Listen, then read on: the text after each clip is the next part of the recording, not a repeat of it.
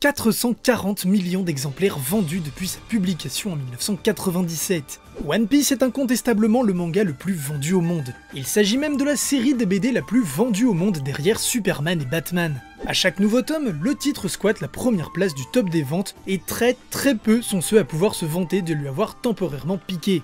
Avec plus de 90 tomes et 20 ans au compteur, Oda nous promet encore pourtant de nombreuses années d'aventure aux côtés de Luffy. Mais alors, qu'est-ce qui explique un tel succès? C'est ce à quoi je vais essayer de répondre dans cette vidéo. Alors, vous vous doutez bien qu'en un quart d'heure, je ne vais pas vous donner la réponse.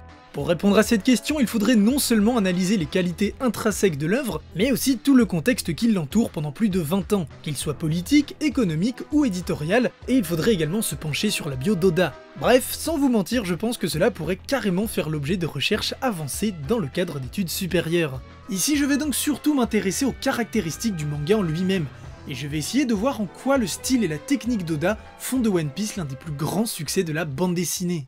Afin de partir sur des basses scènes, il faut rétablir une vérité. Oda n'est pas parfait, loin de là. On a tendance à vite crier au génie dès qu'un nouveau chapitre sort. Sauf que pour moi, ça a juste pour conséquence de fermer notre esprit critique face au travail d'Oda. Et du coup, on est complètement aveugle face à ses défauts. La série est toujours aussi intéressante après 90 tomes, mais on ne peut nier qu'elle s'est parfois étendue plus que nécessaire. Les arcs récents de Dressrosa et Whole Cake, passionnants au global, ont quand même eu des moments qui se sont étalés en longueur. Et ça, l'auteur l'avoue lui-même. Il veut toujours en raconter plus, mais au bout d'un moment, cela ne fait que desservir l'histoire. Bien entendu, ces passages restent mineurs à l'échelle de la série, mais ils existent. Selon moi, le plus gros point faible de l'auteur est le dessin. Les perspectives sont parfois trompeuses, la morphologie des personnages est complètement what the fuck, la mise en scène des combats est un peu brouillon, et ces cases se retrouvent souvent surchargées. Dit comme ça, c'est sûr que One Piece semble surcoté, mais il n'en est rien. Oda a conscience de ses faiblesses et il les a transformées en ses plus grands atouts. Il faut savoir que son style de dessin arrondi se démarque pas mal des standards du Neketsu au moment où One Piece a commencé à être publié. Toriyama, entre autres, a popularisé un style plus anguleux et carré, dans lequel s'inscrivent Naruto, Bleach, Hunter x Hunter ou encore plus récemment My Hero Academia et Black Clover. Ce style arrondi a donc permis à Oda de se démarquer de la concurrence, mais c'est aussi ce qui lui a valu de nombreux refus avant de pouvoir publier One Piece tel que nous le connaissons. En effet, les éditeurs jugeaient son style trop atypique pour pouvoir se faire une place sur le marché des Neketsu. Et c'est justement ce style si atypique qui va lui permettre de donner vie à cet univers loufoque et rempli de bizarreries qu'on ne demande qu'à découvrir. D'autant que le dessin est loin d'être la seule caractéristique d'une bande dessinée. Le découpage est au moins aussi important si ce n'est plus. À ce niveau-là, Oda commence soft avec un découpage relativement classique et des cases majoritairement rectangulaires. Cependant, il va rapidement se laisser aller à la fantaisie. Pour commencer, il varie peu à peu la forme et la taille de ses cases, permettant de jouer avec le rythme de son histoire et d'être moins monotone. Ces cases sont également de plus en plus dénuées de bords, c'est-à-dire que les limites d'une case sont les bords de la page. Cela lui permet de faire respirer ses décors et d'étendre son univers dans l'imaginaire des lecteurs au-delà de ce qu'il nous montre. De plus, les personnages jaillissent désormais des cases. Encore une fois, cela contribue à proposer au lecteur une expérience de lecture inédite. Et enfin, Oda va progressivement faire l'usage de ces fameuses doubles pages asymétriques, permettant elle aussi d'étendre la portée de son univers et l'impact sur le lecteur. Au fil du temps, Oda a donc perfectionné son style aussi bien en matière de dessin que de découpage et de mise en scène. Mais avec tout ça est apparu un nouveau problème. Beaucoup de cases se retrouvent surchargées. D'une part à cause du grand nombre de détails présents dans les arrière-plans et décors. D'autre part parce qu'il arrive fréquemment que les cases les plus grandes contiennent des gags ou des actions secondaires en plus de ce qui est censé retenir notre attention. Et enfin d'une manière générale, il y a énormément de dialogues, au point que les bulles de texte remplissent parfois plus de 50% de l'espace disponible. Or, en tant qu'art principalement visuel, la bande dessinée, dans un souci d'efficacité et de clarté, doit montrer plutôt que dire. Mais ce principe n'est pas une règle, il s'agirait plutôt d'une recommandation. Si de nombreux titres ont prouvé l'importance de favoriser les images au profit des mots, beaucoup d'autres ont démontré que l'inverse était aussi possible. C'est le cas de Watchmen d'Alan Moore. L'univers dépeint par le scénariste est tellement riche que le dessin se devait de servir les mots afin de tirer un maximum de ce qu'ils avaient à offrir. Et c'est là la principale force d'Oda. Il est sûrement l'un des meilleurs conteurs d'histoire de sa génération, tous médias confondus. Il donne vie à un univers ultra riche, fourmillant de détails et pourtant très cohérent, et surtout complètement atypique grâce à son style. Son style est plus arrondi et ne correspond pas aux standards des beaux dessins. Déjà, qu'est-ce qu'un bon dessin? Ça ne veut rien dire. Chaque auteur a son propre style. Ça inclut effectivement la technique, où certes Oda pêche peut-être un peu, mais ça inclut surtout la vision de l'auteur, sa sensibilité face au monde.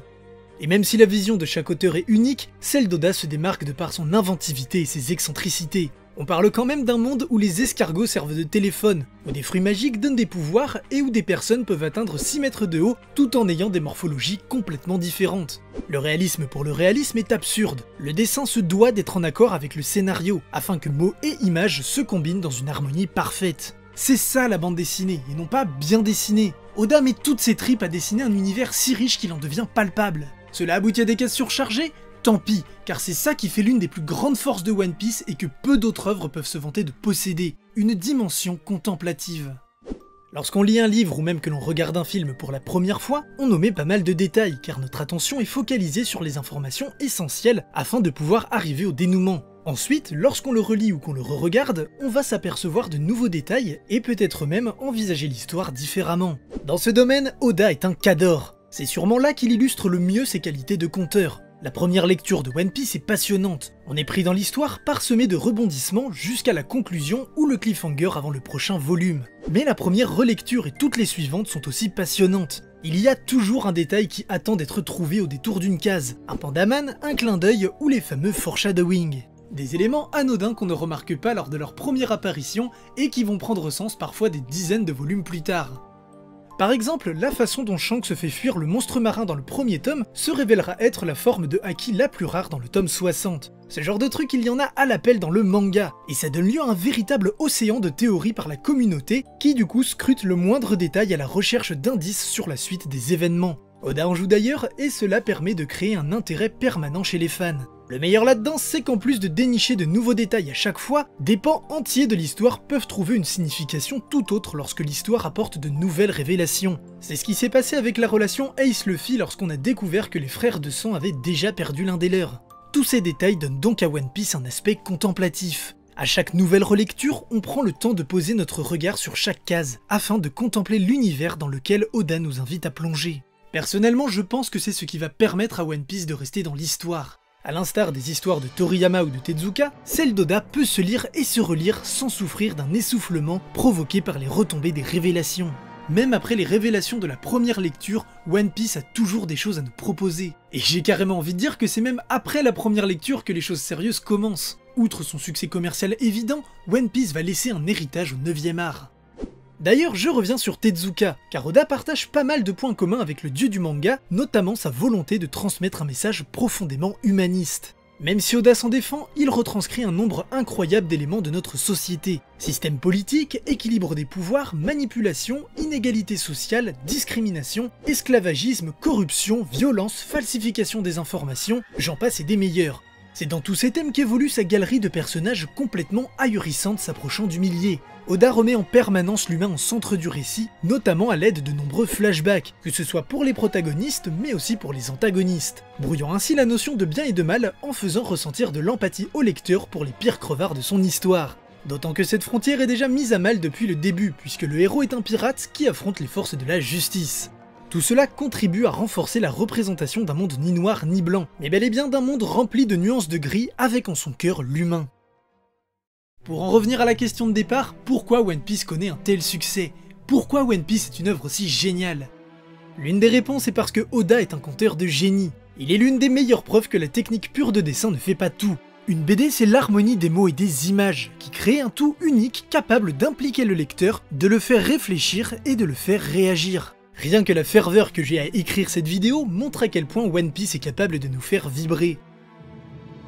J'espère avoir réussi à vous transmettre mon enthousiasme pour One Piece grâce à cette vidéo, et j'espère surtout que ça vous a donné envie d'aller plus loin que ce que l'œuvre nous propose.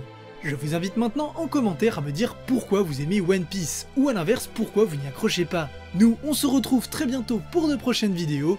Salut à tous et à bientôt.